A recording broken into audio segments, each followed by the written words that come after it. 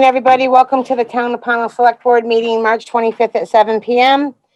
We need to approve the agenda, approve the minutes of 1821, board liaison report, park and recreation, receipt of external CPA audit FY 2020, excess weight, bid process contract terms, Main Street Bridge repair bids, set up tax sale, sheriff's department, street sweeper, animal control, dog catcher position, public comment, adjournment.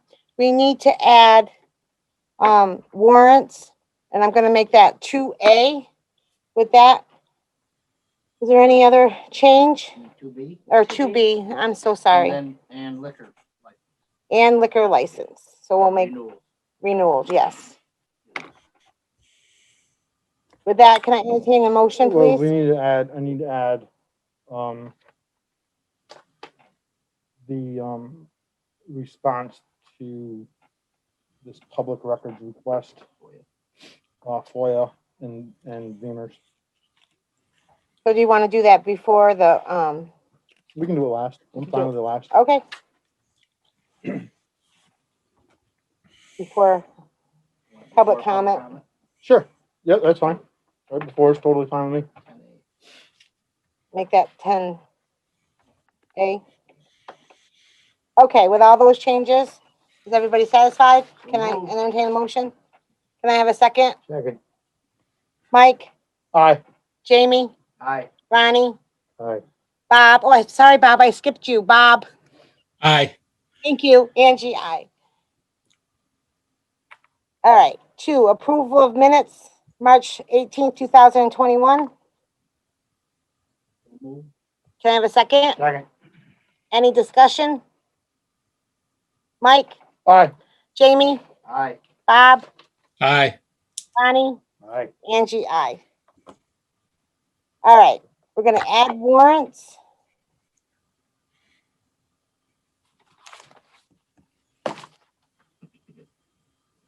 This is accounts payable from 3/26. When did it was for 2 weeks? Yep. Okay, for $56,770.95. And that we have health insurance MVP for $7,982.32. We have Beamers for $4,205.29. We have electric for $2,598.03. We have the IRS for $2,785.03. Can I entertain a motion, please? This motion to accept the warrants. Can I have a second? Second. Mike, Aye. Jamie, Aye. Bob, Aye. Ronnie, Aye. Angie, aye.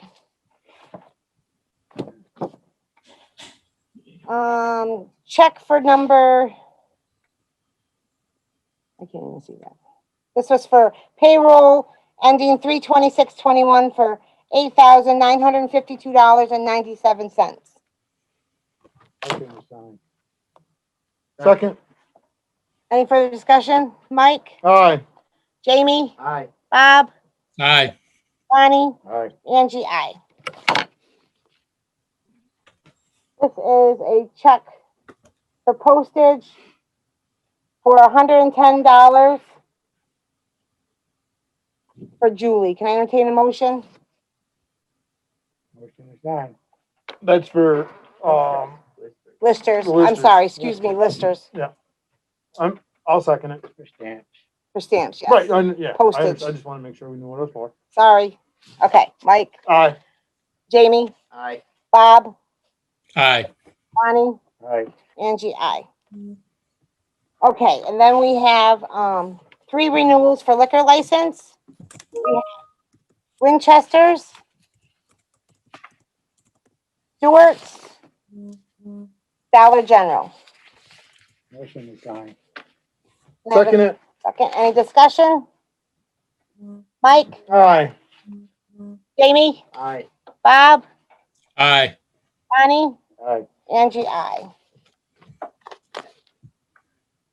All right. Board liaison report, park and recreation. Okay, this is gonna be very quick. We need to take down our ice skating rink. I believe that we have some Parks and Rec folks that are planning to do that this weekend. We would love it if anyone wants to come and help us. It shouldn't take long if we have a lot of hands helping. And Joel has given us permission to store the materials at the warehouse for the highway department. So that way we can reuse them again next season. Secondly, we applied for and received a grant from Stewart's, and Angie had nothing to do with it. There was no favoritism. It was to corporate office for $1,500. And it's not a grant in the sense that you have to use the money in some particular exact way. It's a donation to the town. And so I did ask for it for use for outdoor gathering space or pavilion. And since we didn't get the Better Places grant, the Parks and Rec Committee talked about using that $1,500 to get 2 temporary carports that are 10 by 20 to create a temporary outdoor space. I spoke with Mike as zoning administrator. It's because it's temporary. There's no permit required. And we could put our picnic tables under there, give us a couple seasons, maybe if it lasts 2-3 years, and we can move it around. We can start seeing what it looks like down there to have some shelter. And we were also thinking we would like to use the remainder of that $1,500 to pay for the rest of the season to keep the porta potty there so that way it's because we're building the skateboard and scooter ramps this spring. So hopefully we're going to get a lot of activity down there. When families go, it's really great to have a restroom.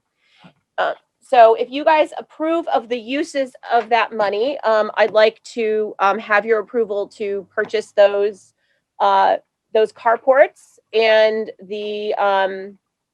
and to pay for the restroom. And it's all out of donated money. This is not out of the town budget at all. Make a motion to approve that use of that $1,500 towards the outdoor tent and the porta potty. I second. Any further discussion? Mike, Aye. Jamie, Aye. Bob, Aye. Angie, aye. Okay, secondly, as I've sent to all of you, we received our external fiscal year 2020 audit. So that has been received. I just want to make sure you're acknowledging receipt of that. And I did, with your permission, post the last page that shows no findings. And I do have people asking to see the full reports. So I would like to be able to put those on a link to them on the website and on the Facebook page so people can look at our audit. I think that's a great idea. Okay. I think we absolutely should. And that's all my stuff. Okay. Thank you, Rebecca. Yep. Excess weight permit? Yeah, so we have all of those. We'll set down and sign all of them. So they just need your approval. Do we want to read them? Do we Yes. want to read who they are? Yes, please, go ahead. Somebody can read. You have Okay. a loud voice, go ahead. Yep, I got it. Excess weight permits from April 1st to March 31st, 2022. Cardinal Delivery Service, Maxon Trucking, Riggs Distiller, Gurney Brothers, Bazin Brothers, A.R. Sandry, Phoenix Feeds and Nutrition, Newport Sand and Gravel, Renaud Brothers, Valley Crane, New England Quality Services, RK Miles, West Oil, Vermont Transco, Marabido, Barrett Trucking, AmeriGas, and Camp Precast Concrete. So moved. Any discussion? Mike, Aye. Jamie, Aye. Bob, Aye. Bonnie, Aye. Angie, aye. We don't have to sign these because Joel already signed them. Yeah, right? he already signed them. So we just have to approve Approve them, them. exactly. Perfect, done. Okay. Bid process and contract terms? That's for the bridge bid. Is that correct? No. No, oh, no, sorry. That's I'm one ahead. You're Sorry. gonna head one. Yep, sorry, Tim. Yep, no problem. So that was for the invitation to bid for the mowing for the town. Oh, okay. And I sent what I put together to all of you. Yeah. And while doing that, I just wanted to inquire if there is some set bid process that we should be following. Or anyone that knows how it's been done in the past that we should follow before I move forward. The other part with that is in relation to contract terms, as far as doing 1, 2, or 3 year terms on some of some of them seem like this is a particular, it's a 2-year. Maybe we should do it 3 years, so we don't have to do it all the time. And other trades, like we have to go to bid soon for the legal firm for the audit, the accounting firm. We don't need to do that possibly every 2 years. Maybe we should be doing that a little I longer, think, 3 years. yeah, I think, right, Ellen, 3 years? that's usually a 3-year. The audit bid usually goes out for 3 years. Okay, Okay. That So- one More is a bids. definite. They, years ago, we decided that we would at least give them multi-years, at least 2, at least 2. because if they've had to buy a piece of machinery, they know they'd be able to pay for it. Right. I think, in my opinion, I think if we went to a 3-year bid process on everything with a clause in there, obviously, if they're not doing their job, Severability. Right. you know, then we can get rid of them, you know, if we need to. But I think for consistency purposes, you know, the audit, external audit is a 3-year. If we went to lawn mowing, 3-year. If we try to stay consistent with every bid process we put out for a 3-year process, Okay, I just think it makes sense. I agree My with that. opinion. Yep, Okay. I do, Unless I it's a agree with that. specialty item or something. Yeah, there's specialty things that you have to have that wouldn't be, but, you know, for general things like that, I think a 3-year. Regular contracts, Yeah. yeah. okay, General practice. okay. And you just have a set date for opening, and then a couple of us and you would, take Look it at and 'em. get- Oh, Yep. you know, at least 3 people usually are there to witness the opening of the bids. Okay. And then we announce them at the next meeting usually. Do we need a motion on that, or should we To form a set the policy, policy? I I think we would. should set the policy. Right, I Okay. think we should draft a policy for that. I think we should draft a policy for, those types of bids, and then we have that, you know, to fall back on no matter what. The only thing about it is you say 3 years, which is fine, but if they're not performing, you want to make it in that we can get out the contract. Exactly, After a couple of years. Yep, yep, Did exactly. you even guys if see they're the one. bid that he wrote for the lawn mowing yet? Because we did, because he put Yeah. severability in there. Right, where- Yeah. Yeah, Yeah. yep, yep. Because No, that I is agree with important. that, You don't want to be Ronnie. stuck for 3 years. That's right, if something's they're not working. mowing, we want to be able to get rid of them. That's right. That's right. Yeah. I put Before in- it becomes brushy instead of grass. Yeah, here. I have in there, the select board of the town of Pownal reserves the right to accept or reject any or all bids, and if awarded to vendor, select board reserves the right to terminate the contract due to unsatisfactory performance. Yep, that's good. perfect. Perfect. Yeah, I read the bids, the RFPs. Really nicely done. Thanks, Tim. Okay. Great. So we don't need a motion, we're all set on that, we just need to set a policy. Right, I think we need to draft a policy, and that's something that you can work on. Perfect. Thank you, Tim. Oh, a couple of things when you do draft the policy, make sure that it specifies that the board gets to review all bids. There should be no filter between those things coming in and getting to the board. Now, they can come with this to meet the requirements, but we still get to see it. And it should be a push, not a pull. We shouldn't have to ask to see it. All right, thank you. Moving on to Main Street Bridge repair bids. Do any of you guys have a copy of that with you? I didn't bring my copies with me, I forgot them. Oh, Tim, Tim perfect. has one. I know what we need to do here, and, And here, I'll talk with Joel, right, I left these right on my desk at home. Glasses, those aren't mine. Those are mine. These are mine. You can wear them if you want. No, that's good. So we received 3 bids for patching the Main Street Bridge. One from East Engineering.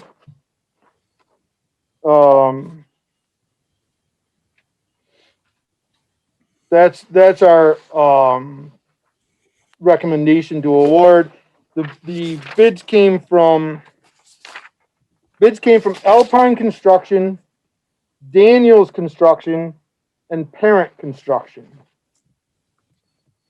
Alpine Construction was $79,878. Daniels Construction was $97,895, and Parent Construction was $116,835. I was here for the bid opening with Joel. The only person that was present was from Alpine of the contractors. The only contractor that was present was Alpine Construction. There's some discrepancy between the bids, so I'm gonna read what the bidders did so that we all know what's going on. And then I'll explain, because Joel's recommendation is to go with Alpine. And they are an approved contractor in the state of Vermont. We vetted them. So, general conditions and mobility, which is mobilizing their equipment. Alpine Construction was $16,798.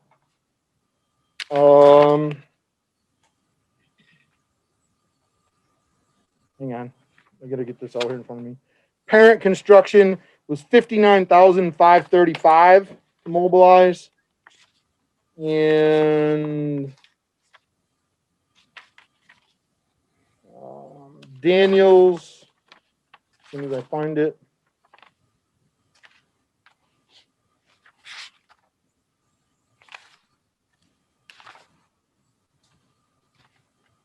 Sorry. Bear with me for a couple minutes. I just got to find Daniels.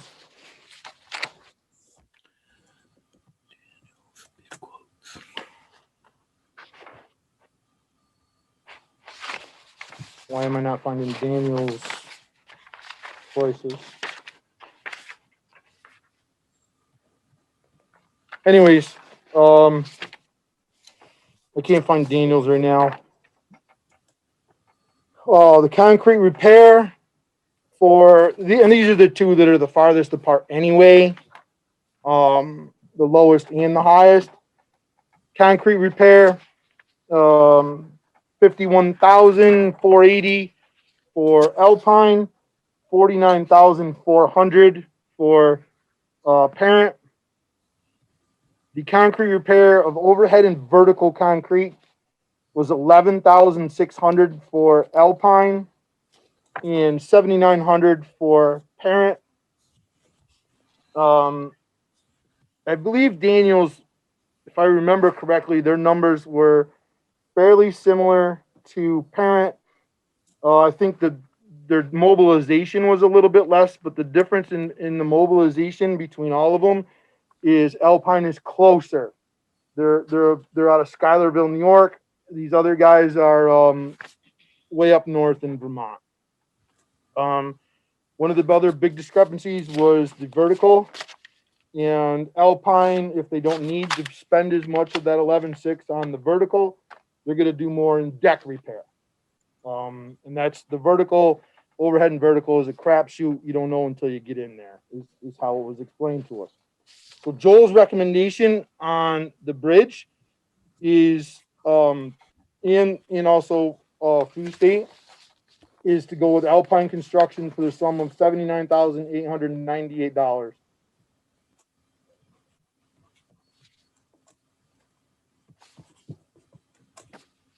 Are you all set? That's all I have. All of them are certified for state of Vermont. They're all certified running. Yep. So this is Joel's thing. Wanna make sure. Right. East Engineering vetted them and made the recommendation. We go with Alpine. And as we know, the deck is in need of fixing. Right. So that's Joel's recommendation. And like I said, I was here I came in for the bid openings. Joel asked me to come in and I did. Okay. And I make a motion that we go with Alpine. I'll second. Any other discussion? Mike, Aye. Jamie, Aye. Bob, Aye. Connie? Aye. Angie, aye. Thank you. Number seven, Well, so the next thing, sorry, this Sorry. should have been in there too. This is the broom to be shared by, oh, that was on down under share. that's right. Okay, That's right. Might as well do it right now. okay, go ahead.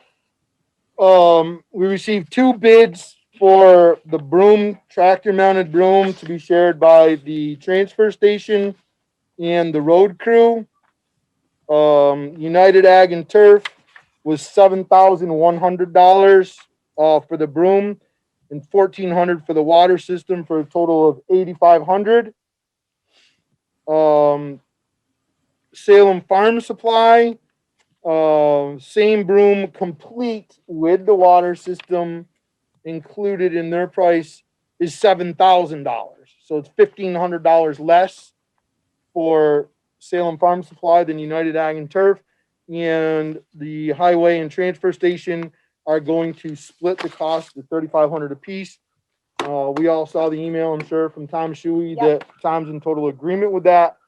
At this time, Joel's recommending to go with Salem Farm Supply for a total of $7,000. Okay, I'll make a motion. We go with Sailor Farm Supply for the broom quote for 7,000 as recommended. any other discussion? That will be mounted on the shared track. Yes, yep, on the shared tractor, in case anybody didn't hear Jamie. Okay, Mike, Aye. Jamie, Aye. Bob, Aye. Bonnie, Aye. Angie, I. All set, Mike? Yep, that's Okay. it. I just wanted to do that while we were doing it. All right, Just get thank it out of you. the way. Okay, so moving on to set up sales tax.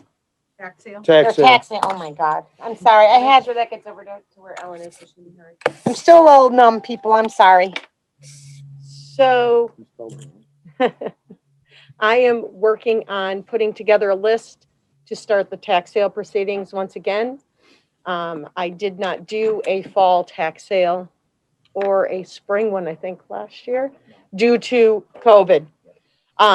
Summer's almost here. If we start the process soon, it would be into May or June before we actually held a tax sale if we needed to hold one. If the office is still closed to the public at that time, we can go outside. It's still on the same grounds. It's still the town office building grounds. So my question is a couple. I have Mr. O'Toole, Attorney O'Toole always does our tax sales. He starts out with the 30-day notice letter that is paid from our legal fund. The last time we did them, they were $30 a letter. We pick up that cost. About 3/4 or more of people respond to those letters when they receive them and pay their taxes or set up a fair payment plan so they do not go to tax sale. Then there's a couple people that may no longer live in their home or something that don't respond. And those are the ones that most of the time go to tax sale. My hope is that everybody responds, sets up payments from the 30-day letters. It works. Usually I send out 35 to 40. The list has shrunk. I have a lot of people on payments already. So there's in the vicinity fluctuating. There may be a few I've pulled because there's a lot of mobile homes right now. Mobile homes are tough at tax sales. A lot of them are lower tax money, and Kevin O'Toole doesn't do anything a certain amount. He won't tax sale them because there's no return. I'm not sure what we're going to do with that process yet when that happens, but I do have some properties. I actually just pulled a couple today because people have contacted me to either pay a lump sum or pay it in full. So my question to you is, are you okay for me to start the tax sale? Usually I don't have an issue. I'm just coming to the board because I haven't done them in so long. And to let you know that if we do start it, the 30-day letter gives the people the option to set up payments, et cetera. Yeah, I for send sure. bills every month if people don't, if delinquent taxpayers are not receiving a bill on a monthly basis and haven't received one in a long time, and you've changed your address, they should check in and give me a new address because that means they're being returned to me. So Do you have any that are being returned to you now on I was a just gonna monthly ask basis? that. Yes, the I bills? do. Okay, so you do. yes, I do. So- I have a couple that are being returned to me, but I still receive phone calls because they say they don't own it anymore, but it's still in their name. I have some that I just can't find. I actually Googled and found a couple addresses and sent them and got the tax money businesses. So yes, I do have some that are being returned. Sometimes it's a single owner and we don't know, maybe the single owner has deceased. If somebody sees somebody on the list in the town report, that they know is deceased, maybe they let the town know, because that could be a reason why it's being returned if they didn't have, if they, right, right. I don't research into the town records to see who has mortgages at this point. The attorney does all that. I don't contact mortgage companies, et cetera. That's what happens during the process of tax sale. So I'm just looking for an approval to send approximately 20 or 25 letters. My plan was to do it by April 1st to get things rolling, but I didn't get on the agenda until this evening. So I have to contact Kevin to see when he's able to do them. So sometime in the next probably 30 days or so, Kevin would put those letters together with the numbers from NEMRIC and the delinquent tax bills, and we would start the process. Okay. Anything else? Does anybody need to know how the people are picked? Why they go to tax sale? Do you, That's your job. well, besides that, No, I don't just pick them. I'm I just sure. don't pick names out of the hat. maybe. They go, anybody that owes 2019 and back. So they may have paid their 2020, but they have ignored their 2019 and have not contacted me. They are delinquent 2 years because they owe 2019. You don't have to owe 2 years. You have 2019 and back puts you in danger of tax sale through your current or through the delinquent taxes in the delinquent sewer also.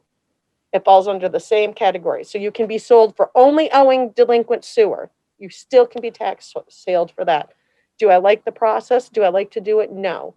People, all they have to do is call me. My number's on the bill. Yep. Okay? Okay. I think you're very accommodating in your job, so. Yep. I So then, apologize because I missed the boat. Hold on, Jamie. Go ahead. I apologize because I saw your email and I forgot to mention it to Tim until after our last meeting to add you to the agenda. Yeah, That's why you're on this one. Otherwise, Yeah, you would have been that's on the okay. previous. And that's no problem because we haven't done one in a year. A month doesn't make a difference. I make a motion that we let the delinquent tax collector start sending out them letters. I'll second on the that. right amount of time. I agree. Any further discussion? Mike, Aye. Jamie, Aye. Bob, Aye. Ronnie, Aye. Angie, I. Thank you, Ellen. Thank you. Thanks, Ellen. Not yet. Not yet, okay. All right, moving on to Sheriff's Department. What was that on here for? I put the sheriff's department on, asked for that to be on. I thought Joel was gonna be here tonight. Probably a little miscommunication, but I'll address it. We had a, letter that was sent to the sheriff's department, a email, and wanting to know about weekends and the contract that we signed and how many hours, if I remember correctly, and I don't have the email in front of me. But when we signed that contract, we gave a specific number of hours per week. Nowhere in that contract, to the best of my knowledge, does it specify when those hours are to be used. Okay, so that's totally up to the sheriff's department's discretion. Now, that being said, I don't have a clue what their dispatch is like. That's not our job to know that. The and- reason why we don't know that is because they make it very clear that they don't want set times so people know where they are at what times. Right. Now, I do know that the sheriffs, and there's two of them that have been working more in Pownal than the others.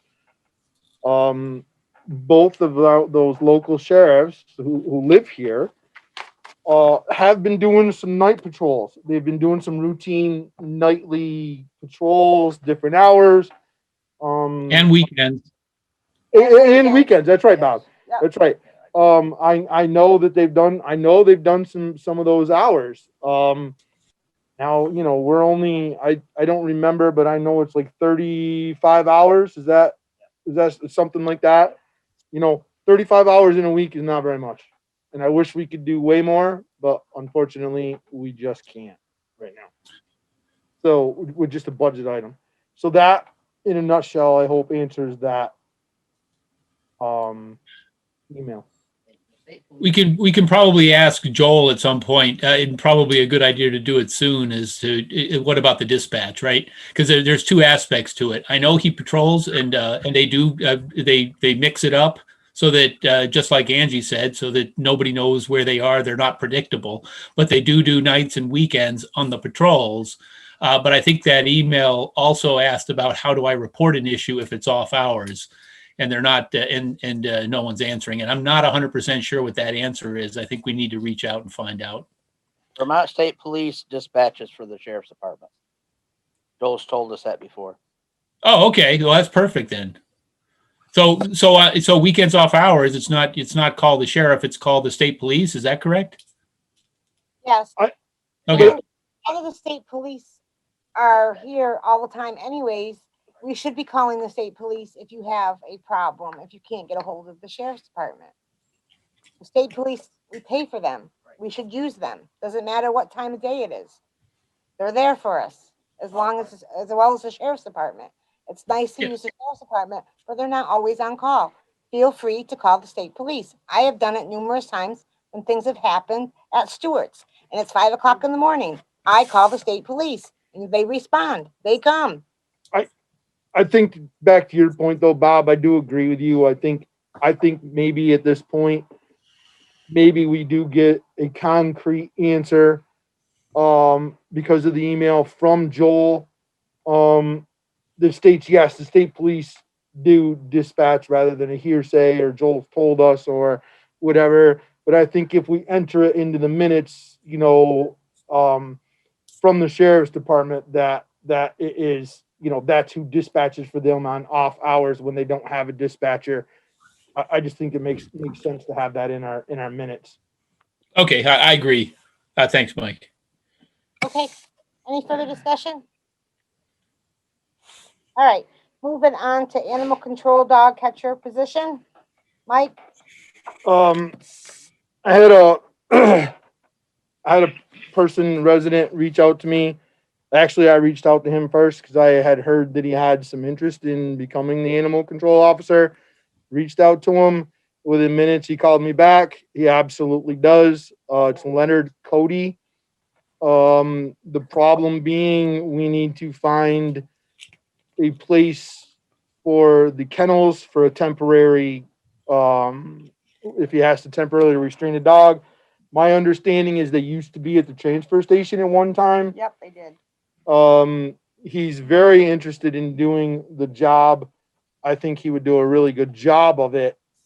I think he would answer the complaints in a timely fashion and take care of problems.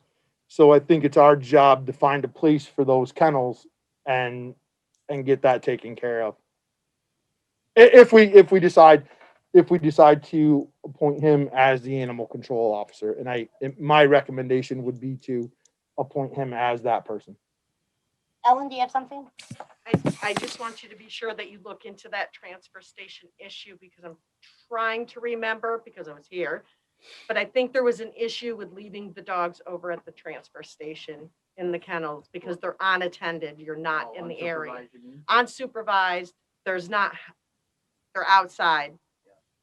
Well, Unsupervised. It's not, the whole area isn't locked in. I think there was an issue. We have kennels, the way I understand it. We have I fencing. know we had fencing then, and Oh, there okay. was an issue setting them up. Have you spoke to Tom? No, I have not. Because Tom, I'm pretty sure you should double check that because I know it was mentioned. I don't know if it ever really happened. Okay. Okay. Okay. Yep. Because I know it was an issue at that time. Well, Okay. at any rate, we need to, at any rate, we need to figure that out because we need an animal control officer, in my opinion, and it becomes our responsibility to figure out what we're going to do with the dogs when our animal control officer or cats or whatever, whatever it is, I'm just saying, animal control, right? We need someone and it's got, we need to figure out what to do with the animals after they're seized or whatever you want to call it. If you appoint him as well, he could probably help you figure that out, I'm sure. Yeah, no, he just doesn't have a Right, facility right. to place the dogs if they're confiscated or whatever. He doesn't have a facility to take care of. Yeah. So that's something we need to look into. Okay, Can I say one more thing? in Sure. regards to that? The other thing that I think that you need as the board needs for the animal control is a policy for the animal control officer to actually follow. Do we have one of those? Because I don't remember reading one. Only because then it makes so that they know how long are they supposed to hold the dog? 24 hours, 36 hours? You know what I mean? They need a policy to So, follow. There you go. If we don't have a policy, then let's create a policy. and- Because and then you're not, let's- because you're paying them to board the animal somewhere. Right, somebody's or gotta be unless- responsible. Right. That's right. Right, to take care of them. What happens to the animal if nobody claims it? How do you get money for that, et cetera? Because we should be if we're boarding the animals and you're gonna board them at the transfer station, then the town should be getting boarding fees. for No, that. absolutely. No, Yeah. absolutely. And I think that's a great point, Alan. We should see if we do have a policy. If not, let's create one. I don't think it'd take a whole lot of time to create a policy, to get this going. I think we could probably reach out to Shasberry or somebody else Exactly. and Exactly. I'll tell you, in my opinion, I think the state has policy already. You gotta keep the dog, you don't have to keep it very long. Maybe 24 hours, 48 hours. And after 5 days, you can euthanize it if you feel like it. Yeah, I mean, these are, well, what, they do have a guideline okay. that our dog officer can follow. We had that. Actually, but we haven't actually had, our dog guy didn't want to follow it. And that made it worse, because we don't have a huge dog problem. No, we don't. But if this was handled right away, like it should be handled, and they know there was no nonsense, We wouldn't have any if dog somebody has a problem, or dog, very that's little. right. If somebody has a dog and they think anything of that dog, they're gonna be contacting somebody before 48 hours or even 24 hours. They'll be calling somebody. That's right. And, Say, hey, my dog is gone. my personal opinion is this gentleman here will take this job seriously, and any dog complaints or animal complaints that we get will be dealt with in a really timely fashion. yes, And I the way they agree. should be dealt with, Ronnie. I don't That's right. think he's gonna go in crazily, but I think he's gonna go in and do his job.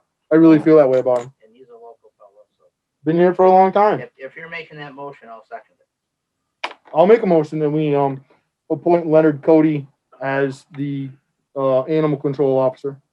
Second it. Any further discussion? Mike, Aye. Jamie, Aye. Bob, Aye. Right. Angie, aye. Okay, so, Now we gotta. we need to work on a policy and we need to contact Tom over at the transfer station. I think one of the first things that we Find out the rules. right, I think one of Right. the first things we should do is to reach out to the state, like Ronnie said, and see if the state has a policy. Why recreate the wheel? If the state already has something in place, let's just use the state policy and go from there. Okay. That's my opinion. That's fine. So it's either state, and check the VLTC for a model policy also. Right. Okay. If we run this correctly, we just like, Bennington don't have no kennel or nothing. No. We get involved with someplace that keeps them, they can take them right there. But we gotta do things correctly. Right. Right, That's what hasn't been Absolutely. okay. done Absolutely. correctly. A person bring it up with us. You might not take it, you call them in the afternoon till the next morning, but they'll take it. Right.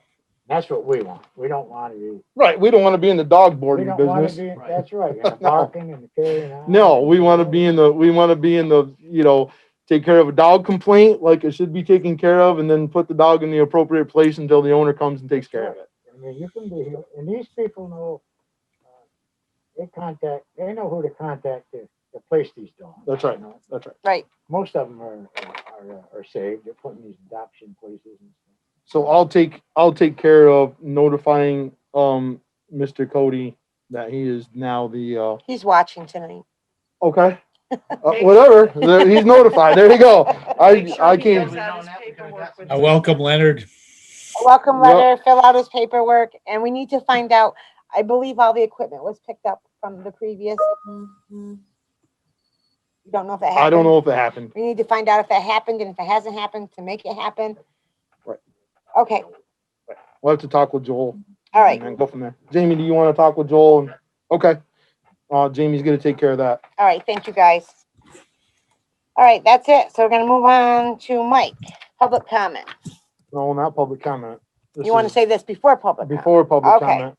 That's right. And I'm gonna take my mask off just so I can read and not be muffled. I think this is an extremely important statement.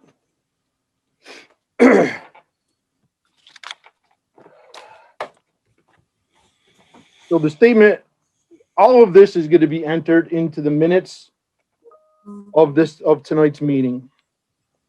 So when I get to the timeline, I'm going to just read bullet points, but all of the emails and their contents will be available through into our minutes. This statement is to address ongoing false allegations against our treasurer regarding municipal retirement, VEMR's. A former select person, Marlena Pellin, is making ongoing public accusations such as, quote, how has the select board addressed the illegal retirement monies applied to the treasurer's retirement fund, unquote. In a public records request, she writes, quote, produce the dollar amount of monies misappropriated to retirement funding, unquote. In recent public records requests, the same former select person has been asking to see copies of our personnel policy and former versions of our personnel policy. In searching out these policies, we discovered some concerning information that we feel we must speak about publicly, as our treasurer does not deserve to continue to have false allegations leveled against her. Now I'm going to give you a timeline. And I was not on the board with any of this, but it doesn't matter. Well, I was, if there's any questions. That's right. And Jamie is on the board for this as well, correct? Okay. June 24th, 2019, Ms. Pellin sends an email to the board with draft policies to work on that evening at a special meeting. Personnel policy attached to this email has a section 27 retirement, which reads, elected officials and employees who work a minimum of 24 hours per week and not less than 1,040 hours per year are required by state regulations to participate in the state retirement plan. Elected officials will lose their town contribution eligibility when their terms expire or they lose an election. They work on this policy and others that evening. June 27th. Ms. Pellin sends an email to the entire board, the former town administrator and former assistant, with the subject line policies for approval. The content of the email reads Linda and Michael. Attached are the policies we'll be adopting tonight. Please print a clean copy for signature. In that policy, section 27 reads exactly what was sent to work on days prior on June 24th. The other policies worked on were a conflict of interest policy, a sexual harassment policy, and a harassment policy. June 27th, around 1 hour, 37 minutes on the CAT TV video, board discusses signing these policies. Ms. Rowe asked Ms. Pellin, are those what you emailed this morning? Ms. Pellin states, Ms. Pellin states, yep. The board then proceeded to sign the already approved policies. These policies were placed into the policy book. Why is it important to talk about this? Policy the board worked on and approved on June 27th had exactly the same language under retirement. Nothing was changed or added to that section from when it was worked on until it was signed. I'm not going to read it again. I already read it once. September 4th, 2019.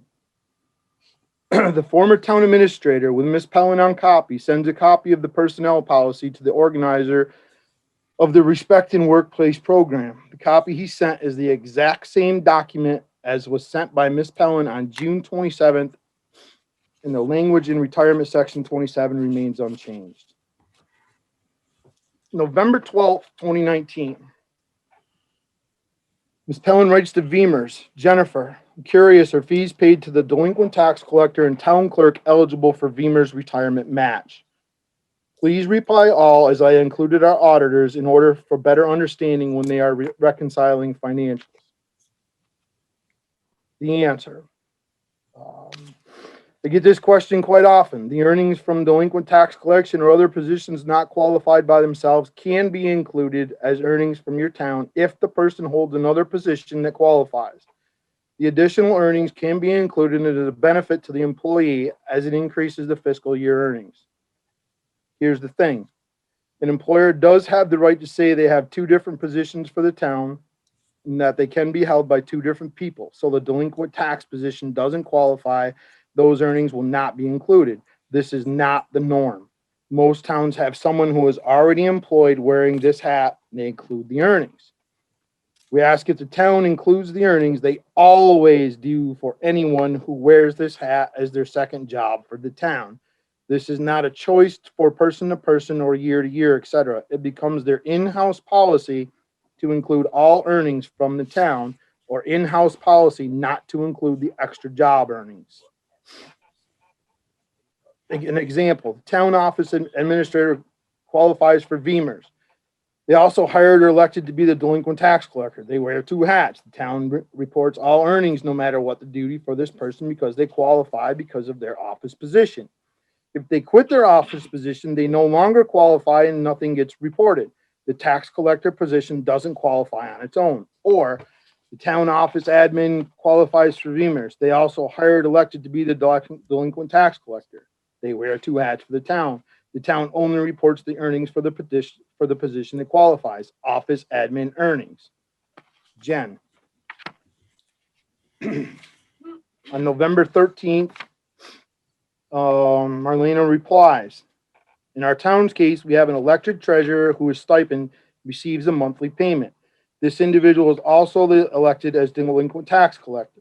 Personnel policy does state each elected or appointed position is a separate and may not be combined. Note, this is a note from me. This was not in the policy to date on November 13th when she wrote this email. The time cards submitted by the individual do not specify in or out times. We have requested this many times. It is continually ignored. So one, we cannot validate the hours per position meet the 24-hour threshold, or if the individual is adding both position hours together. Even though the positions in the policy state separate positions and may not be combined. When the treasurer takes her stipend, she adds the fees collected as delinquent tax collector in the same check. It appears the total is being added together for VEMR's match. This is a note again from me.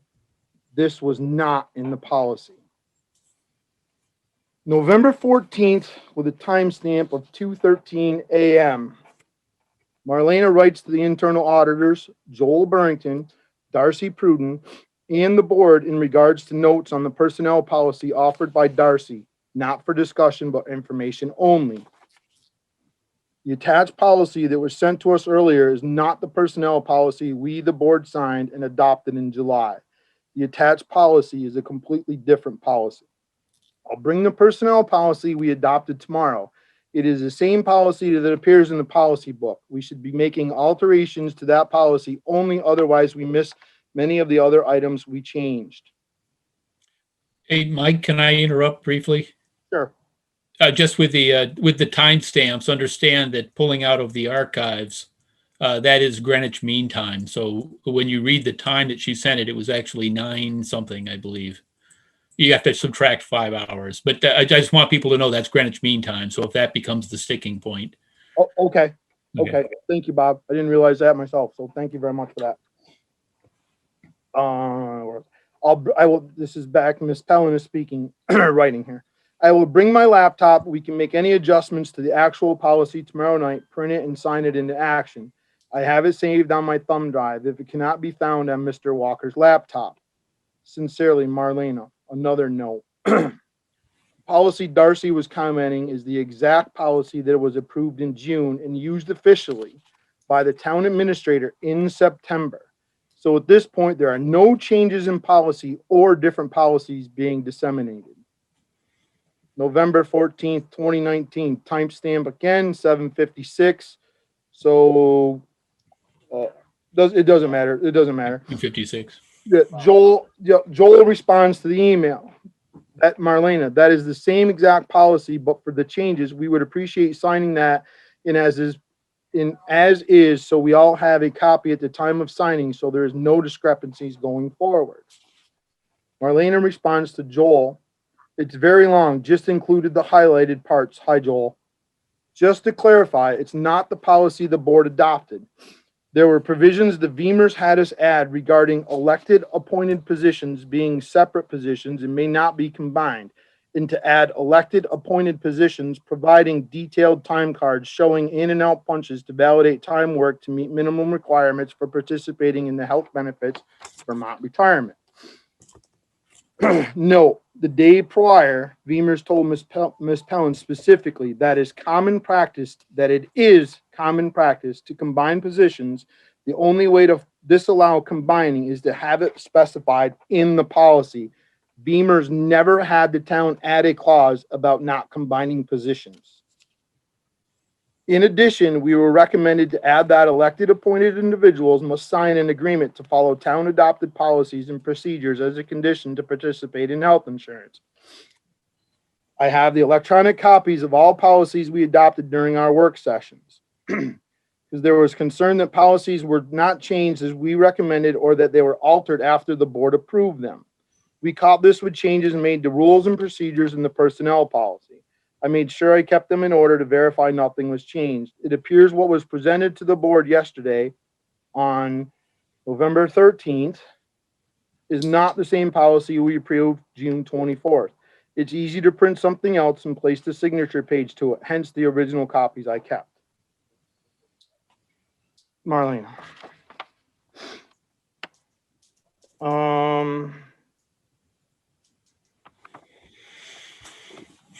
So, no, I got more, Jamie. Okay. And then when you talk, you're gonna get the microphone because nobody can hear what's going on. Okay? So there's an insinuation that these provisions, which are probably not the approved personnel policy, was changed and manipulated after approval by town staff and their officials. This is me talking. According to the electronic record, these provisions never existed in any version, working or otherwise, of the personnel policy. This is the first record of any assertion that there is a clause in the policy to disallow combining. Why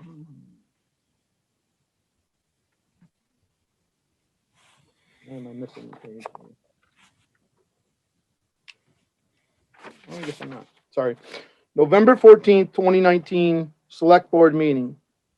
Joel Burrington tells Ms. Pellin the policy we are working from is the same one you have. Marlena responds and tries to say that no, the policy that you have is not the one we passed in June because it is missing provisions, including the one that states do not combine positions for retirement.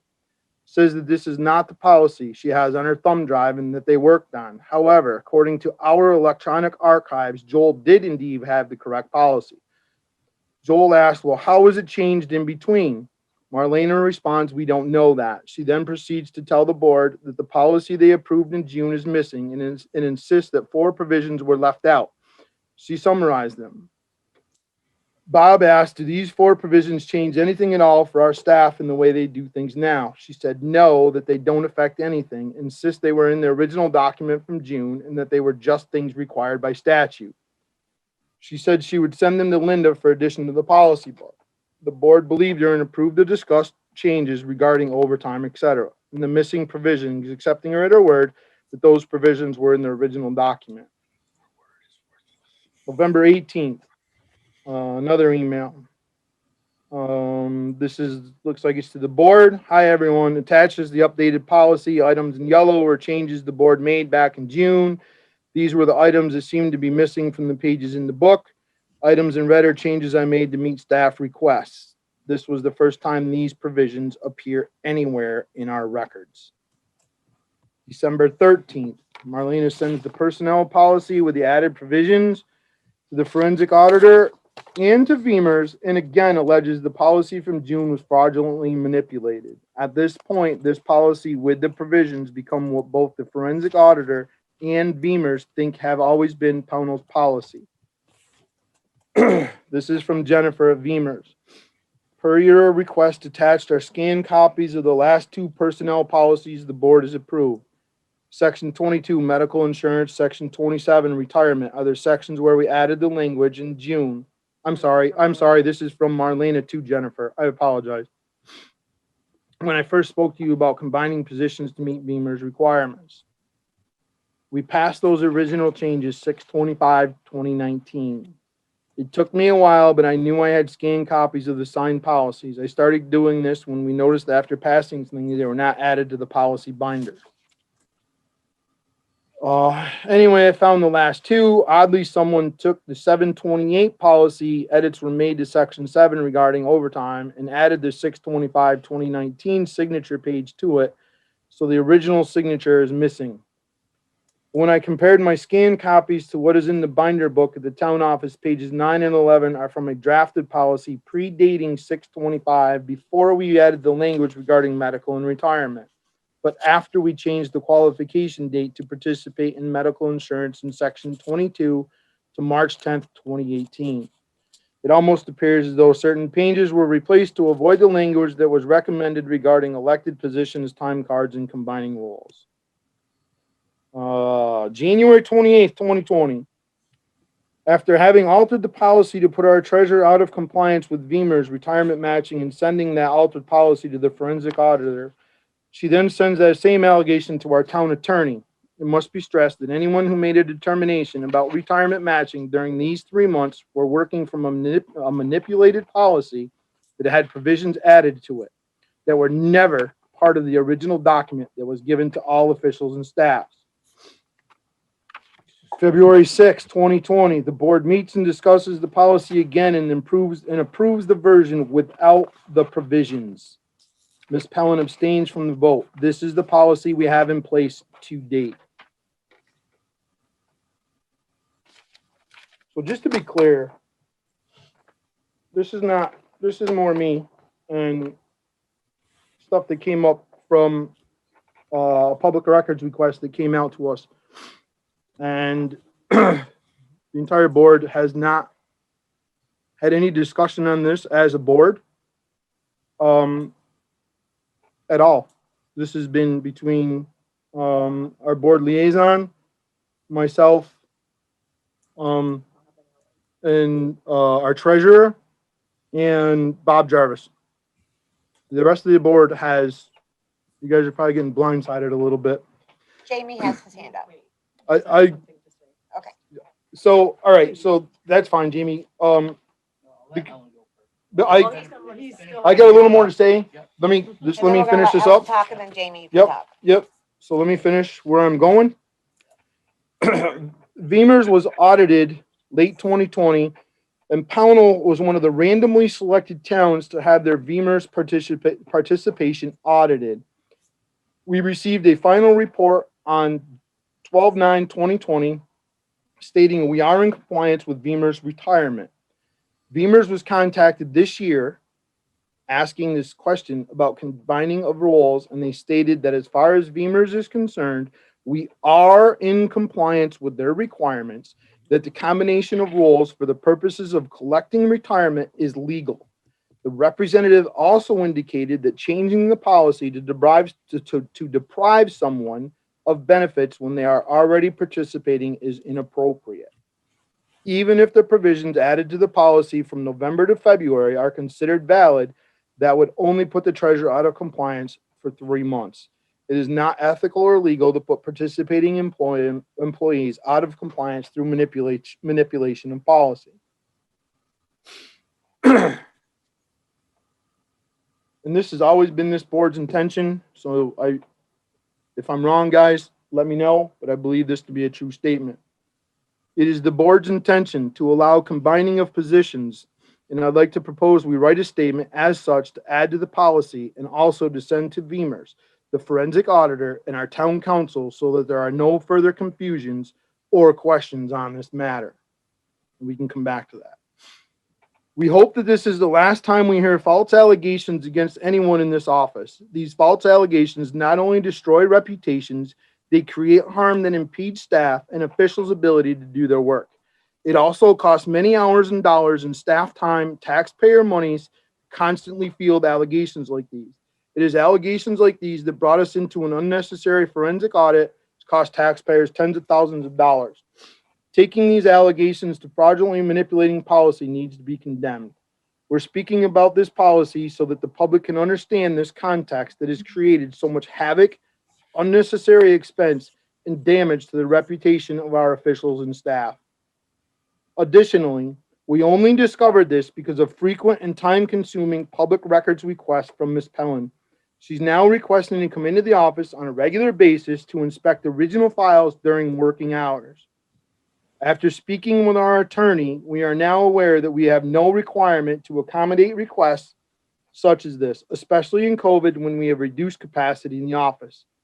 I'd like the board to discuss all public records requests being done via document reproduction by staff, as opposed to giving our original files to non-officials without supervision, ensure that our original records are not altered or manipulated in any way. Public records requests require paid staff time to fulfill. When there are multiple and frequent requests, we are happy to fulfill these requests, but they are subject to fees per Vermont statute with no waivers. This prevents taxpayers from footing the bill for individual frequent requests. So we need a couple of things. We need to act on a couple of things, but I think we need to have some discussion first. Ellen?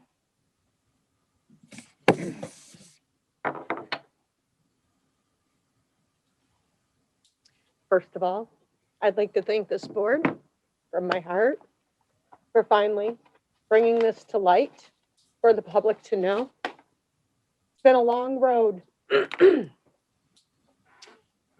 attack on me started in 2019 when both of my parents were very ill, and I was unable to defend myself the way I could have because it would have nipped it in the bud before it went to a forensic audit. I knew that this Marlena, the previous select board member, was after me. It was obvious, and others that worked in the office, some internal auditors.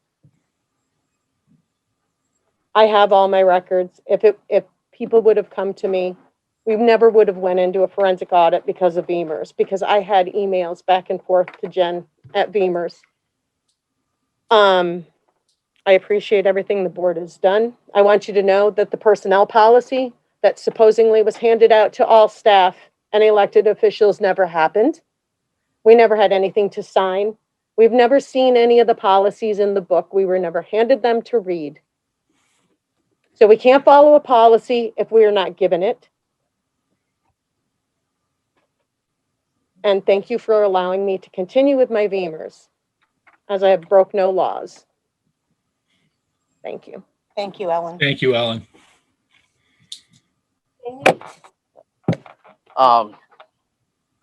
Yes. I agree with Mike's letter, especially the last statement. And when we changed it back in, I think it was stated December 13th, or was it February? But a town employee brought it to, I believe it was Elizabeth's attention, or possibly Brian's, but I know Elizabeth came down to the town office that day, contacted me and said that, you know, the policy, the book was missing and whatnot, and we were trying to take and locate it. We found, once it was found, saw the discrepancy, that's when we acted upon it.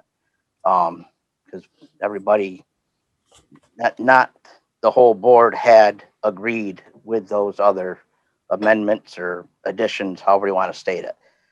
They were brought up when we were doing our work studies, working on the policy and procedure, but there was quite a few things that we found were misinterpreted in that last thing, and that's why we had to change it back, because it not only was unfair to, as far as the combined position, but it was also unfair to our employees as far as their overtime and a lot of other things, the way it was going to be calculated. And we didn't feel, as a board at the time, was fair to our staff. But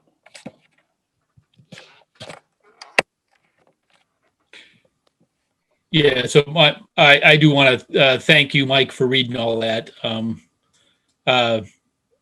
Well, thank you for putting that together and displaying it. I think that was all good information. And I want to remind everybody that during this time, a lot of these charges were printed in the banner. I mean, and all it took was an accusation and multiple press articles and press stories attacking our town staff and attacking our elected officials. Portraying it as something it just wasn't. And it is so frustrating to try to correct that multiple times and continue to get met with this convoluted responses that just deny anything in the past ever happened. I'm just stunned at some of the things that I'm seeing out there. But I'm very glad that we were able to clear this up tonight. I certainly hope this is the last of it, and I certainly hope we just cleared it up. And also the continued FOIA requests that you put on the staff and the elected officials. I spend multiple hours answering and trying to retrieve documents, mostly from a single person that keeps asking for the same stuff over and over, or something that you had already seen as a select board person. If you read your accounts payable and payroll, a lot of the reports you're requesting were in there. I gave monthly reports. I handed in monthly reports. If you didn't see them, I can't help that. They were given to a staff member to give to the select board. You guys had delinquent tax reports. You had sewer delinquent reports, treasurer reports, expenditure reports, revenue reports. I mean, a lot of paper. So I would appreciate, if you're going to make a FOIA request, don't request a FOIA that you already know the answer to and have already seen, because it's just wasting taxpayers' dollars. You're wasting people's time to do stuff that you already know. Can I speak on that? Sure, go ahead, I Rebecca. actually want to, because I'm the one who handles the FOIA requests. I also want to say, and this isn't about this specifically, this is just in general about FOIAs. I notice this is a question I answer a lot. Public records requests are not requests for staff to do administrative tasks for you, and they're not requests for you to investigate records to find information for you. What a public records request is asking for access to public documents and public information, and that can be done. It often takes staff time. If it takes more than 30 minutes, we charge a per minute fee to do the work. But it's not, please give me this information and then put it on a spreadsheet in a chronological order. Like that's not what a public records request is. So, you know, I actually really enjoy the public records request. I love making public documents available to citizens. I think it's a really important job. That's why I enjoy doing it. I take a lot of pride in the way that I do it. And I really hope that but I do want, public records requests are not opportunities to find information to get people.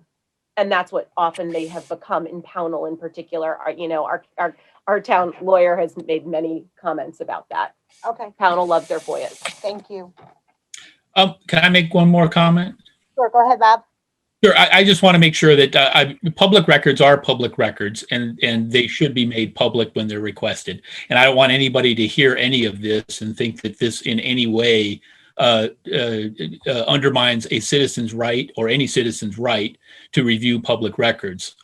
If you want to see them, we have them. We have to follow the guidelines, but I don't want anybody to feel like they can't request public records. That has nothing to do with this.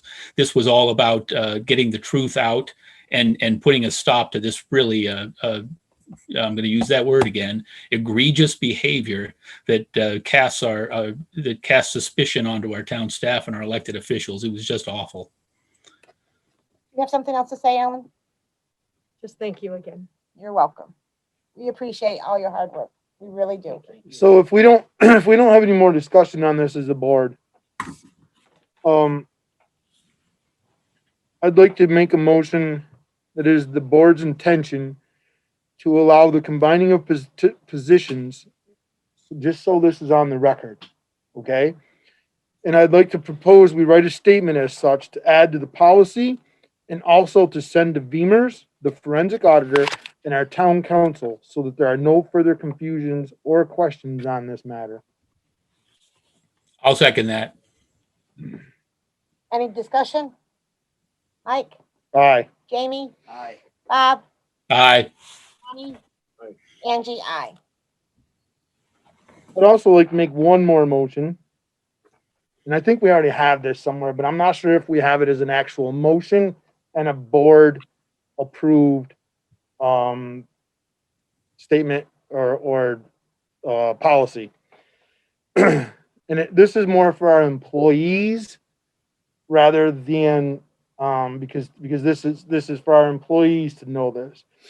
So I want to make a motion that all of our FOIA requests that come to our town staff or employees or officials are answered by our board liaison.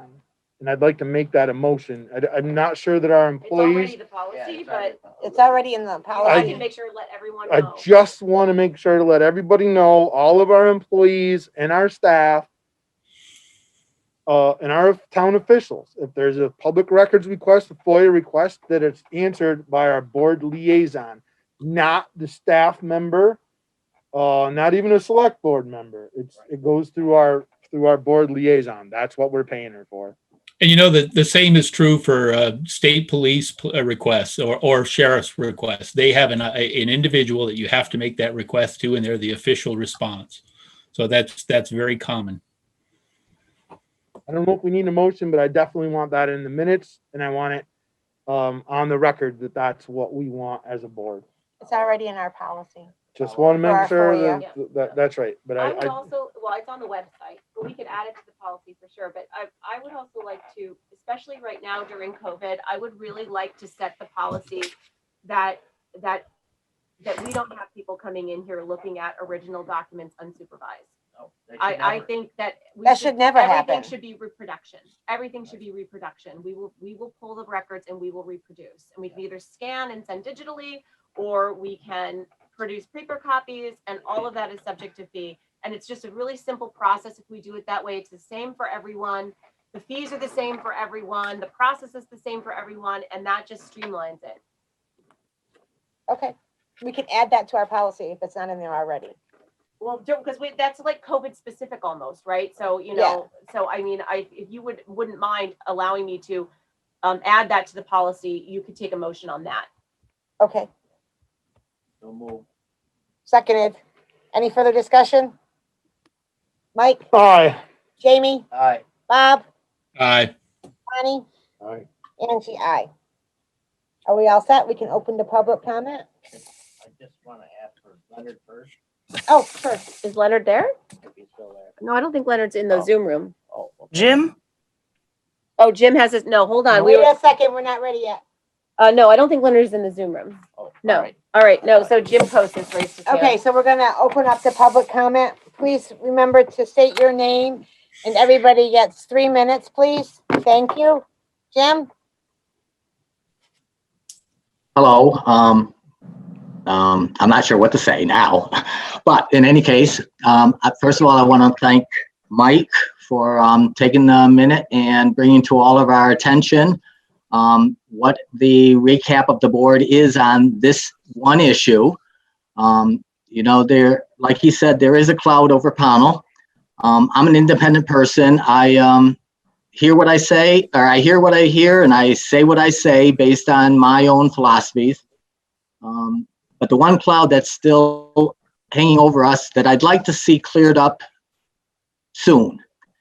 Yes, there was a forensic audit. We have to all accept there was a forensic audit. The forensic audit was signed by the board. It moved into a process. We had the auditor come and talk.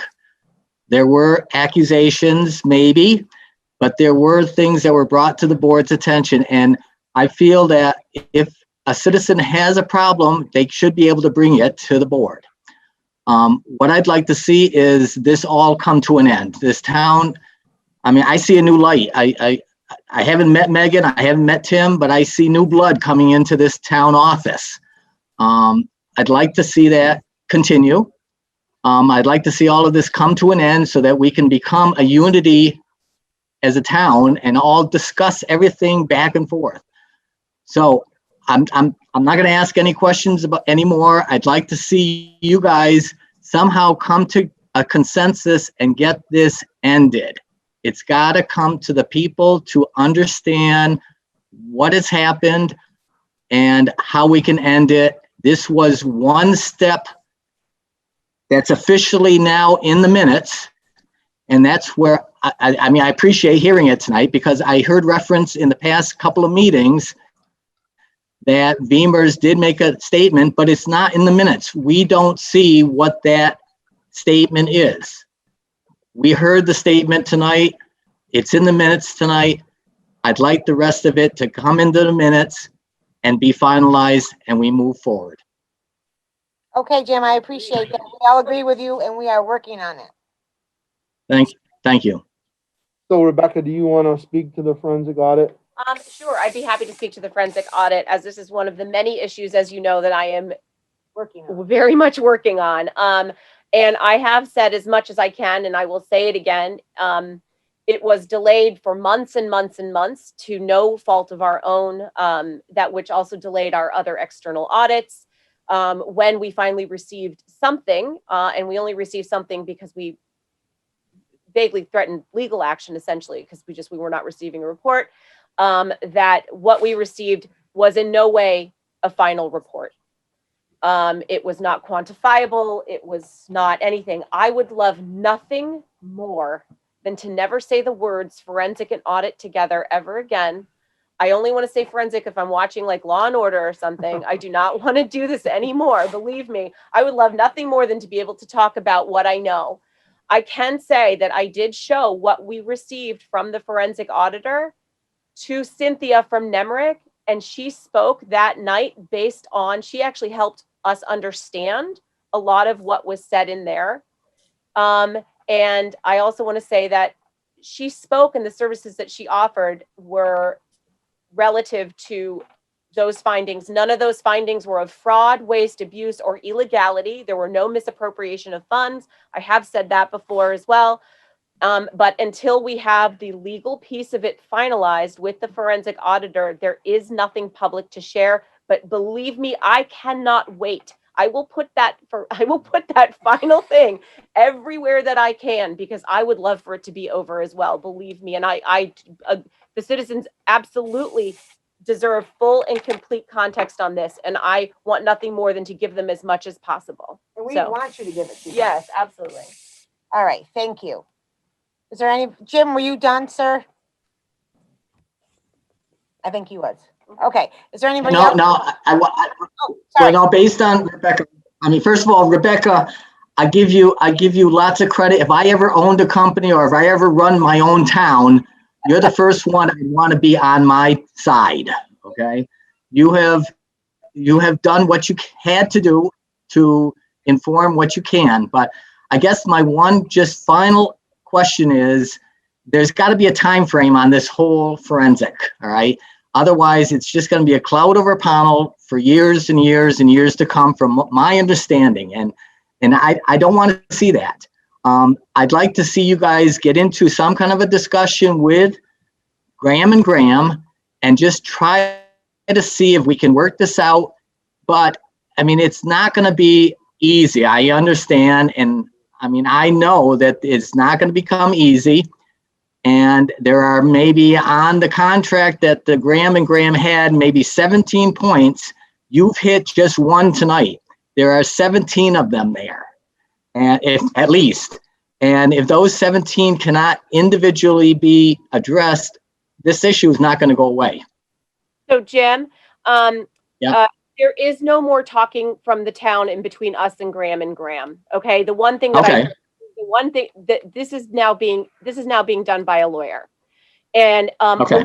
I do feel I can tell you is the reason why we had to stop speaking directly to them, to Graham and Graham, was that when we would email them inquiring after our grossly overdue final report, he would charge us to respond to us saying that it's not ready yet. He would charge, okay? So every time we spoke to him, we got a new invoice in the mail. And at that point, we realized that this is not something that, your town agent former town agent / present board liaison can handle. Okay.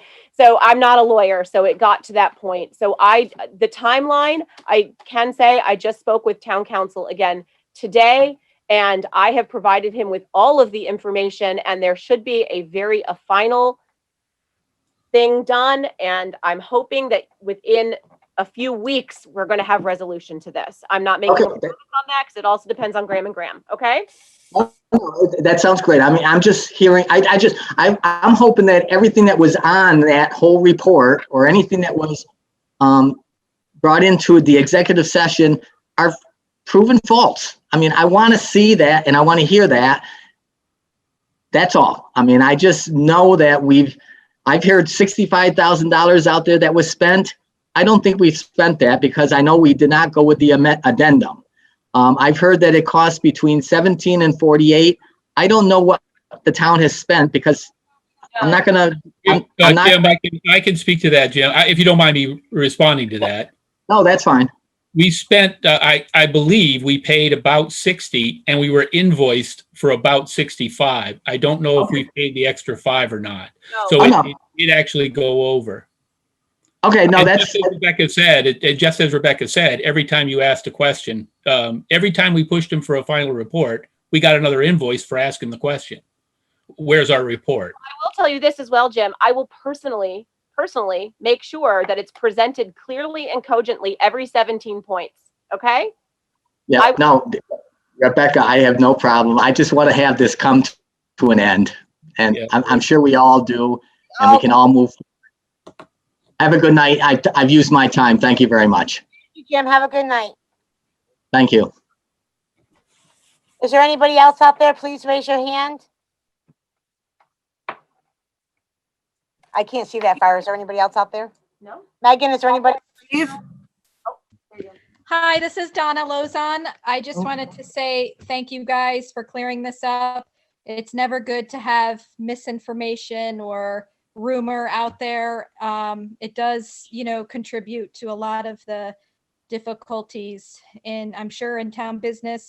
And it, creates difficulties just living in the town, and all of the rumor and innuendo is not good for us coming together. And I just want to say thanks and I appreciate it. Thank you, Donna. You're welcome. Have a good night. Anybody else? Hearing none, I entertain a motion to adjourn. Make a motion to adjourn. Second. Any further discussion? Mike, Aye. Jamie, Aye. Bob, Aye. Connie, Aye. Angie, aye. Thank you, everybody. Have a good night.